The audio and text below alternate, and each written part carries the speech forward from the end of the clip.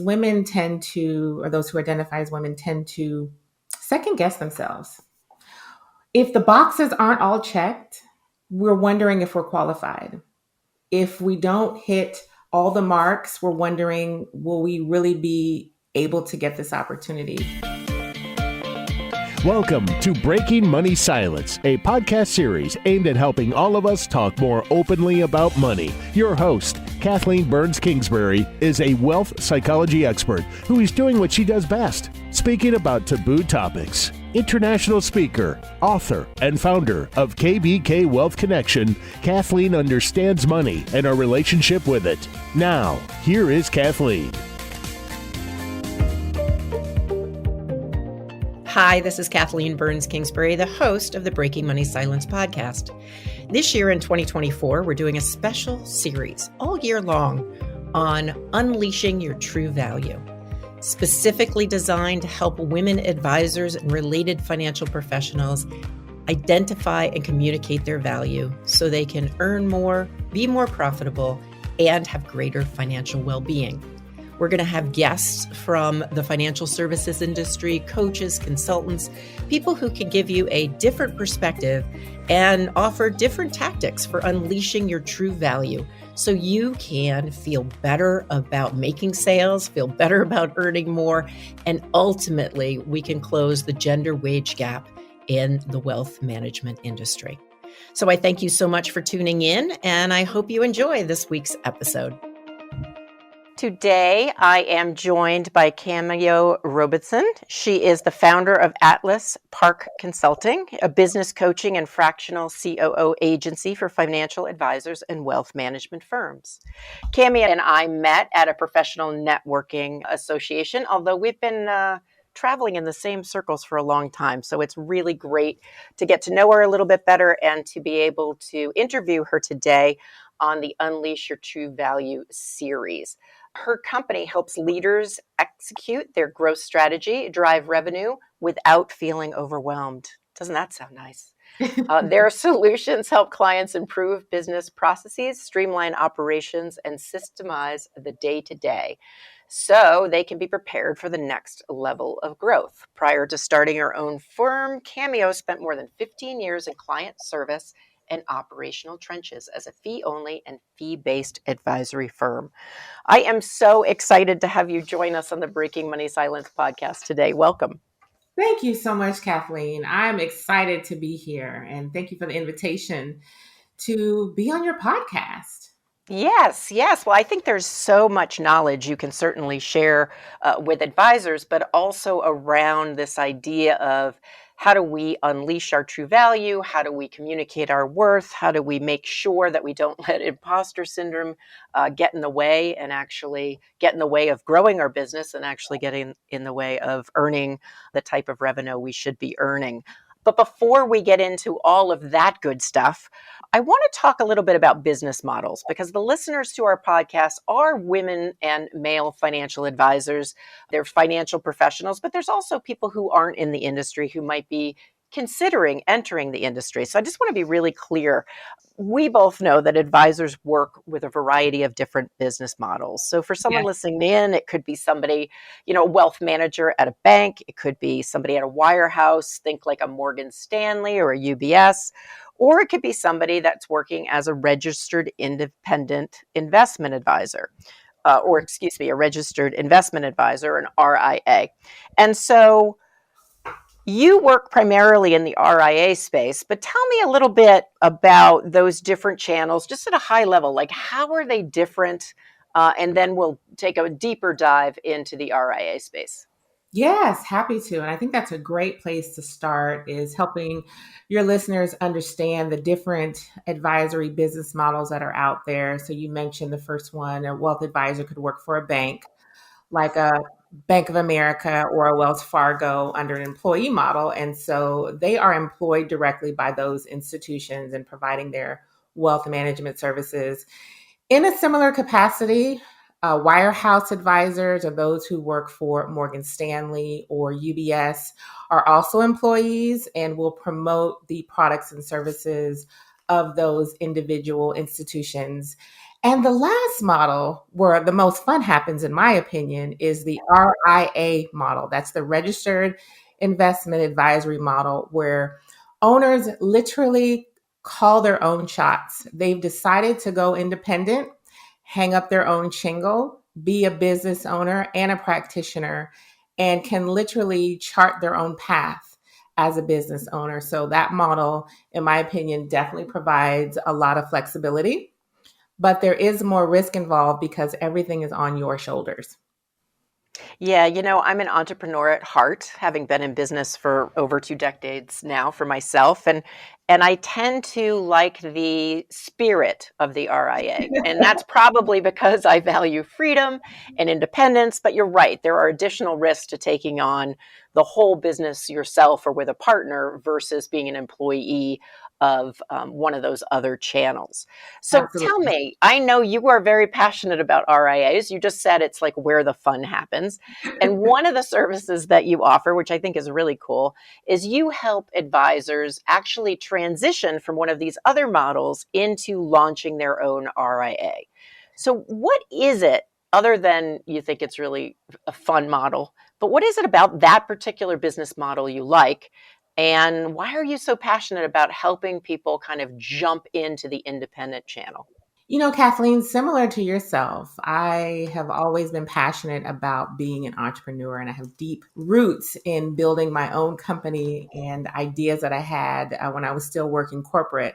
So, the freedom in being able to build your own business, your own version of success, and really chart your own path is what gets me most excited about working with independent advisors. And because of my experience over 2 decades working in this space, I know what goes into starting, growing, and scaling these advisory firms. And so I find a lot of joy in helping these advisors cut down the learning curve, right? There's so much to know, and if you've never worked in the RIA model before, you have a lot of questions. And so I'm able to come in and help these advisors really set up shop strong from a foundational business perspective, from an operational perspective. And when they finally launch, not just tell the world I'm open for business, which is great, but actually be primed to start working with clients and generating revenue. Yeah, that sounds great. I wish when I was starting my own consulting business, I had someone like you to walk me through the steps and save me time and energy. That's some of the work that I do for my clients. But when it comes to women advisors in particular, I have had people who have just launched their programs and come to work with me privately or in my group coaching. And what is really cool is I focus on very different things than you focus in on. So Yeah. I love that we can both be really helpful. And I love that you set up the processes and systems and you help people with a variety of things, but build that foundation because that's not my sweet spot. So I love that it's yours. And I love that you have your sweet spot too, and that we can complement each other.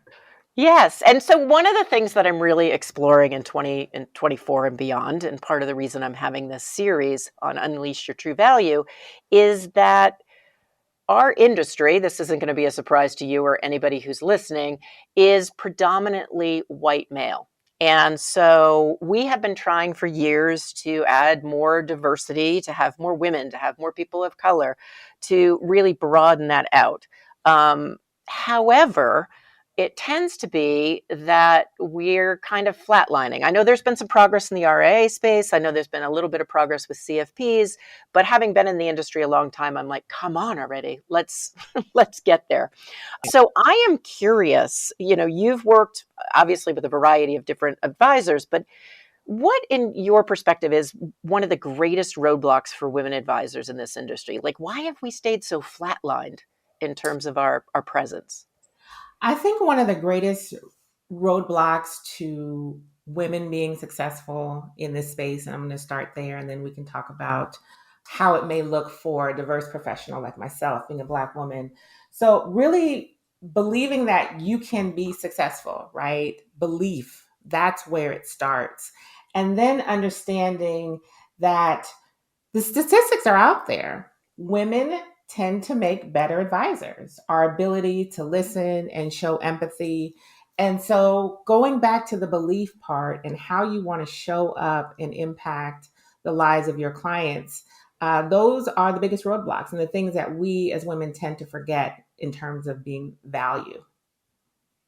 Yes, getting out of our own head and standing in our belief. And I believe there's some, and maybe this is changing. I think we're of two different generations. I'm a little bit older than you. I think that it's changing a little bit with future generations, but still kind of these mixed messages women get about being profit motivated, if they belong, working around money, these kinds of things, which feel like they should be totally antiquated, but I don't think they are. Yeah, it can be a challenge. When you think about, women even working in this country and being able to show up as their authentic selves and how we've been raised too. You think about that, our own attitudes and dispositions regarding money, building wealth. Some of that is rooted in our family histories, right? And in how we grew up. And so all of those things come into play. And I think women who understand how they were raised, their upbringing, how their thoughts around money were developed, can help bring light to making some changes and understanding that they too have the capacity to generate wealth for themselves. Yes. And so you also mentioned women like yourself, women of color that are in this industry. What are the added obstacles for someone who is a person of color trying to break into a very white industry? Yes, and this goes into just the historical facts around who controls wealth in this country. And typically, African Americans do not and have not controlled a significant amount of wealth. And so the individuals who are in charge, namely white men and white women in particular, it's hard when you haven't seen that modeled in your own household. It's changing now. There's more African Americans who are embracing learning more about wealth and making great strides there. But I think back to even my parents and my grandparents' generation and just not having a true understanding around how wealth works, how to generate wealth, or systemic racism that has been in place for quite a long time, preventing communities of color from really building wealth. And so those roadblocks have made it difficult. And then when you think about being a woman of color entering into a space that doesn't look like you, it can be hard. Me coming from a background where my parents instilled in my brother and I that we could do what we wanted to do and really tried to model things appropriately for us, we knew we had to show up and be better and do better to get the same opportunities as others. And so that has been ingrained in us and has helped, and probably is very similar to a lot of stories if you talk with other communities of color, to show up and be your best self and to do what you need to do to be successful. And I really, want to acknowledge that we need more representation. And I think the latest stat is something like 3% of CFPs are people of color. Is that correct? Do you I know? think that's correct. Yeah. Which is dismally low. So there's a women issue. There's certainly a diversity issue. So there's a lot of big issues here. Yeah. But let's get back to kind of what do you think the steps are that a listener can take to remove some of these obstacles? The parts that are in your control. Absolutely. I think one of the first things is just understanding the challenges that are there, and not turning a blind eye to it. Understanding that mentorship is really, really important, and how can you show up in the lives of someone from communities of color to really support them getting a stronger foundation in the profession, understanding that there's a relationship that could be involved there. And so, really putting yourself out there and considering mentorship with an individual.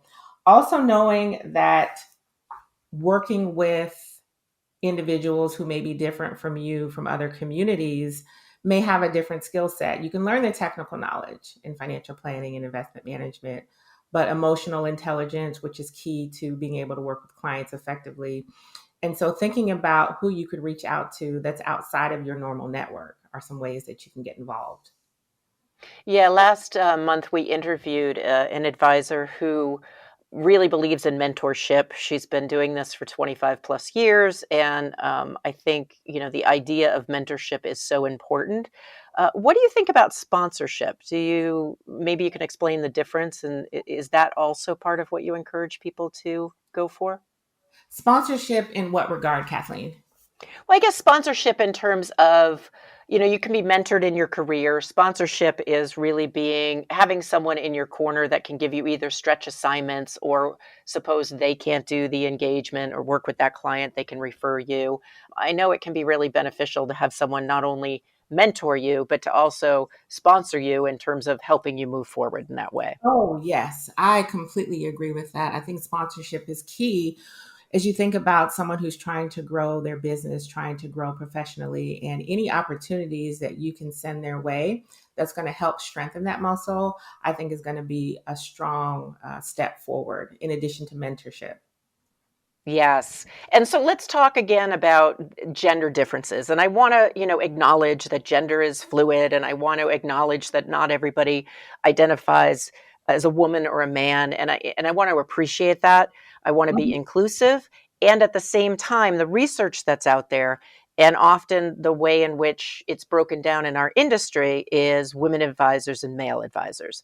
Right. So in your experience, what do you see is the difference in terms of and it's fine if you don't agree with kind of what my premise is. I would love to be proven wrong. The difference between how women advisors, on average, embrace their value proposition versus male advisors. You work with both. Tell me the differences that you see. Right off the bat, the differences that I see is women tend to, or those who identify as women tend to second guess themselves. If the boxes aren't all checked, we're wondering if we're qualified. If we don't hit all the marks, we're wondering, will we really be able to get this opportunity?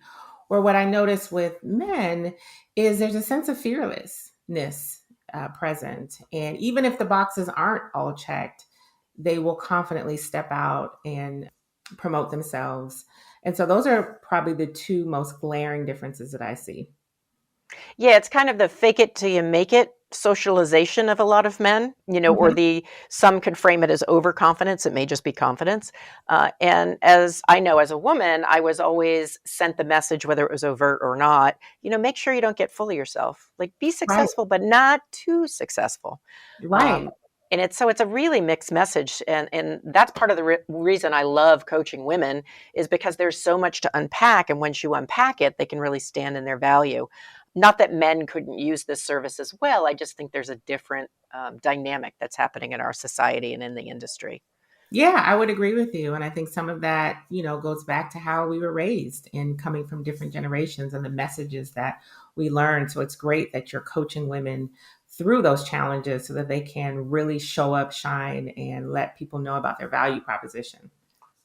Now, do you see a similar difference when you look at, say, a Black advisor who's a man versus a Black advisor who identifies as a woman? I see similar challenges between both, actually, women advisors and Black male advisors, and it more so around opportunity, right? There's a confidence that's there, but what I'm seeing is not really getting opportunities for growth, not getting opportunities for promotion, having to work even that much more harder. So I imagine there's that loop, right? Where it's like, if you have someone who opens the door for you, or the door is open more easily, it's a little easier to feel more confident, unless there's a Yeah. lot of other stuff going on. And so it's really making sure, and I think you serve this role of having role models and really encouraging people to give opportunities to everybody, because, I think everybody deserves a chance to prove themselves. Unfortunately, it doesn't work that way all the time. No, unfortunately, it doesn't. But what I can share from my own experience is when you are intentional around surrounding yourself with people who are supportive and could help get you to the next level, those opportunities for the door opening happen more frequently. Yes, yes, absolutely. So let's switch again because I'm always fascinated with the part of you that helps people with processes and systems. And I think I'm a very organized person, yet processes and systems are not really bringing me joy. I love hiring other people to do it. So I think it's great that you're working with people around that. Let's tie it to demonstrating your value. So, how do you think if you build this foundation and you have these systems in place, how is that aspect of business going to actually help the female advisor demonstrate their value? So, one of the things that I recognized in my corporate career was working with clients, and those first few days of the onboarding, and the clients are feeling like a little nervous around what's going on. And there's so many moving parts and so many moving pieces. They're concerned about their assets coming over in good order. Is this the right advisor for me to work with? Did I make a good decision? Advisors, in particular, women advisors who have their operations in order, how they do business, how they orchestrate their onboarding, tend to create more confidence in that onboarding process from day one versus an advisor who hasn't taken the time to figure out what that looks like. That confidence then builds over the course of time, letting the client know I made a great decision.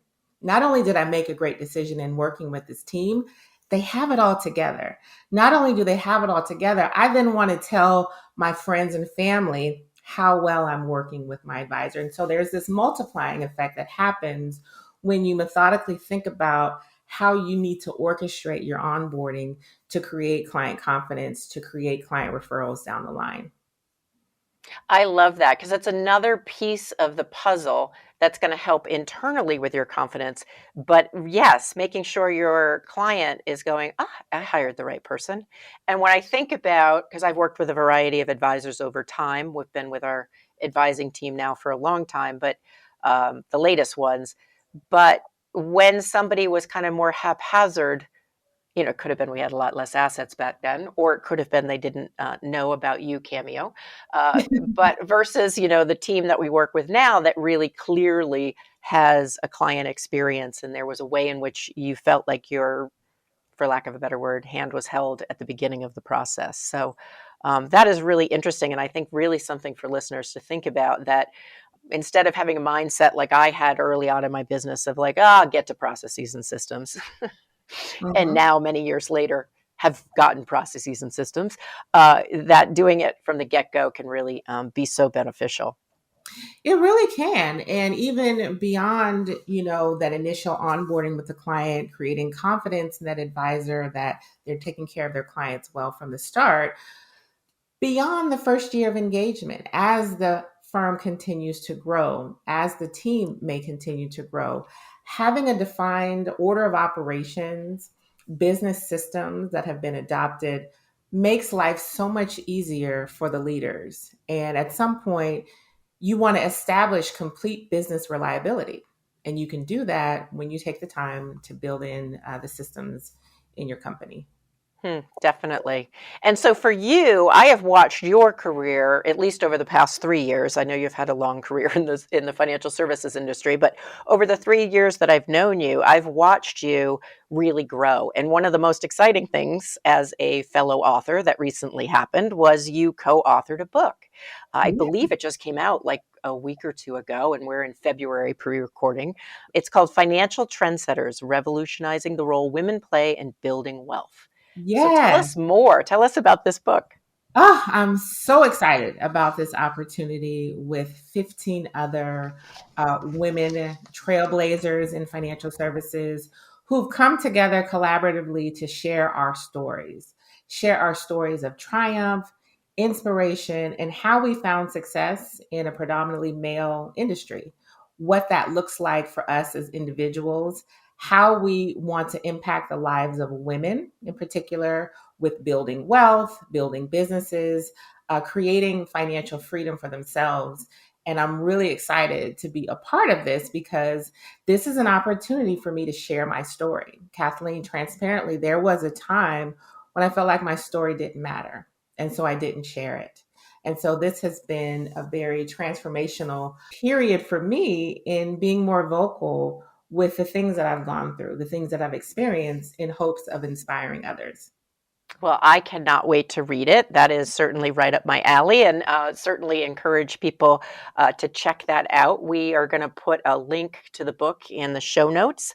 So, I'm really glad that you're comfortable or more comfortable sharing your story, because I'm sure there's a lot that can be learned from it. And you just continue to be this role model that I'm impressed with. The other thing you're welcome. The other thing that I'm really honored to be part of, it's funny, I haven't applied for something in a long time as a speaker. And when I applied to be a speaker for the Planning Your Profit Summit, I was like, ooh, I wonder if I'll be selected. It was very, so I was very thrilled when I was selected to talk on Unleash Your True Value. But I want you to tell our listeners a little bit about the Planning for Your Profit Summit. I believe this is the second year. And I was just saying before we hit record that you are got all sorts of processes and systems for us speakers that are very impressive. So I know this summit is going to be well organized and really good. So tell us a little bit more about the summit, and then how someone who's interested in getting tickets could get tickets. Yes, Kathleen. And thank you for agreeing to participate. When I saw your application come through, I got really excited, because knowing your presence in financial services and the work that you do with advisors, I said this would be a great complement and a great collaboration effort. And that's really what the Planning Your Profit Summit, Maximize Your Money, the business development blueprint is about. Collaboratively coming together with professionals who also work with financial services professionals, advisors, CFPs, tax professionals, to help this community understand how to win more prospective clients on a consistent basis, how to impact your networking partners so that you have greater impact in their lives, they have greater impact in your lives, and you can really systematize referral sharing. How to normalize that process, right? We always talk about referrals. How do you get referrals? What does it look like? How you can leverage your network to do that, to then systematically grow your revenue and grow your business. And so this was a hand-selected group of 10 speakers who are coming together on May 22nd and May 23rd, 2024, to bring our collective wisdom to help this community really systematize, maximize your money, and really leverage the power of your network to grow your revenue and grow your business. I just get excited about that. It's just, I'm really can't wait to learn from the other speakers as well as yourself. And I really encourage people to check it out. Again, I think the thing to hold on to is you don't have to be a financial advisor. You can be in a related profession. You mentioned CPAs. I imagine potentially like people who are in the bookkeeping industry, anybody who really touches the financial space, I think, could really benefit from this. So I'll put a link and a registration, a link to the landing page and a link to the registration in the show notes. And I will also say, if you consider yourself a trusted advisor to your clients, you should absolutely be in the virtual room. Excellent. So say, like, how do you define trusted advisor? Just so, like an estate planning professional, someone like that as well?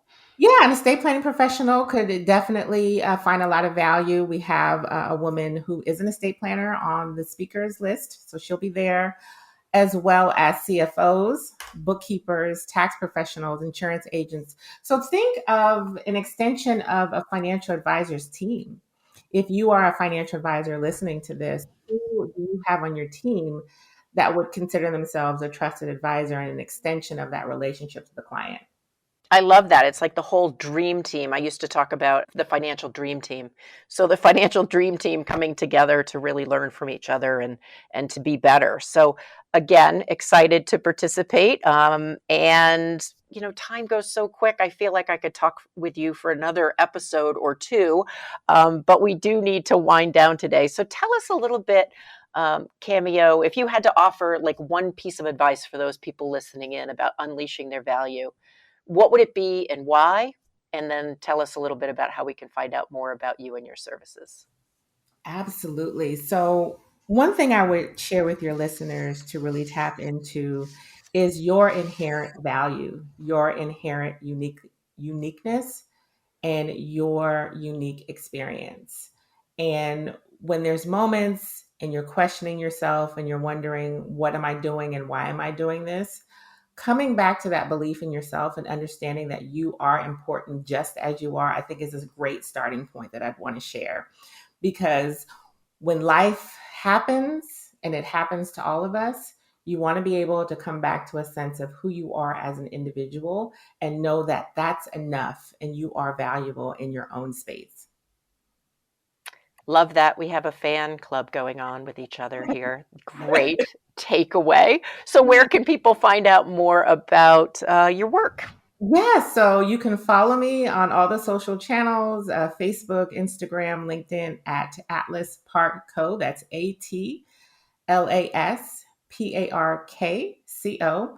You can also find me on my website, atlasparkco.com, and connect with me or follow me on LinkedIn. I'd love to hear from you. Excellent. Well, it has been so fun talking about your work, talking about how we're going to collaborate going forward, and helping people listening in think about different ways to unleash their true value. So thank you so much for breaking money silence with me. Thank you so much, Kathleen. It's been a pleasure chatting with you and speaking to your audience today. Thank you for listening to Breaking Money Silence, hosted by Kathleen Burns Kingsbury, a wealth psychology expert, author, and founder of KBK Wealth Connection. If you like what you heard today, be sure to subscribe on iTunes or your favorite podcast app and leave a review. Also, share this episode with your friends and family. It is a great way to get the conversation started. For more money talk tips and information, or to hire Kathleen to speak at your next event, go to www.breakingmoneysilence.com.